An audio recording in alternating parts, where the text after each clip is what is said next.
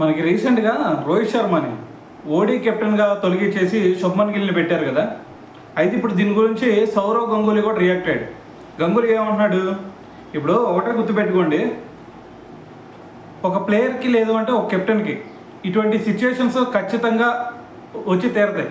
ఎందుకంటే అంతకుముందు చూసుకుంటే నాకు వచ్చినాయి, రాహుల్ ద్రావిడ్కి కూడా ఇటువంటి సిచ్యువేషన్ వచ్చింది. ఎందుకంటే క్రికెట్లో రేపు 2027 ఓడే వరల్డ్ కప్కి రోహిత్ శర్మ ఏజ్ వచ్చి 40 ఇయర్స్ అవుతాయి. మరి 40 ఇయర్స్ అంటే ఇటువంటి క్రికెట్లో ఇది చాలా పెద్ద నెంబర్. సో కాబట్టి మరి బీసీసీఐ అందుకని తొలగించుండిద్ది. సో మరి దీంట్లో భాగంగానే మరి రోహిత్ శర్మకి ఇష్టం లేకుండానే తొలగించింది అని అయితే నేను అనుకోను.